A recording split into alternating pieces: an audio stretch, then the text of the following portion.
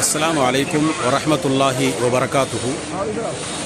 அல்ஹம்துலில்லாஹ், இந்த புனித தலத்திற்கு கோடானு கோடி மக்கள் வந்து சென்று விட்டார்கள்.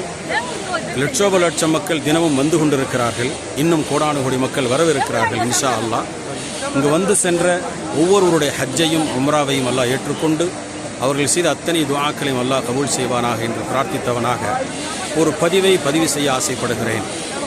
இந்த இரண்டு புனித தலங்களிலும் காபத்துல் முஷர்ரஃபாவாக இருக்கட்டும், மஸ்ஜிது நபவியாக இருக்கட்டும், கடமையான தொழுகைக்கு பிறகு இமாம் சலாம் கொடுத்ததற்கு பிறகு எல்லோரும் அல்லாஹ் அக்பர், அஸ்தக்ஃபிருல்லாஹ் அஸ்தக்ஃபிருல்லாஹ் அஸ்தக்ஃபிருல்லாஹ், அல்லாஹும்ம அன்தஸ் ஸலாம் வ மின்கஸ் ஸலாம் தபாரக்த யாதல் ஜலாலி வல் இக்ராம், அல்லாஹும்ம லா மானிஅ லிமா அஅதைத் வலா முஅதி லிமா மனஅத் வலா ராத்த லிமா கதைத் வலா யன்ஃபஉதல் ஜத்தி மின்கல் ஜத் என்று சொல்லக்கூடிய இந்த துஆவை ஓதிக்கொண்டவர்களாக சுப்ஹானல்லாஹ் 33 தடவை, அல்ஹம்துலில்லாஹ் 33 தடவை, அல்லாஹு அக்பர் 33 தடவை, லா இலாஹ இல்லல்லாஹு வஹ்தஹு லா ஷரீக லஹு லஹுல் முல்கு வ லஹுல் ஹம்து வ ஹுவ அலா குல்லி ஷைஇன் கதீர் என்று சொல்லக்கூடிய கலிமத்து தௌஹீத் இதை ஓதியவர்களாக அதற்கு பிறகு ஆயத்துல் குர்சி இவைகளெல்லாம் ஓத வேண்டும் என்று நபி ஸல்லல்லாஹு அலைஹி வஸல்லம் நமக்கு அதை பற்றியான நன்மைகளை கூறியிருக்கிறார்கள்.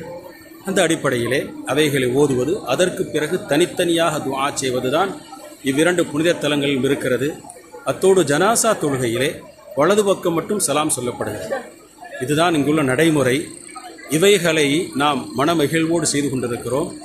இது சரியான முறை என்பதை புரிந்து வைத்து கொள்ள வேண்டும்.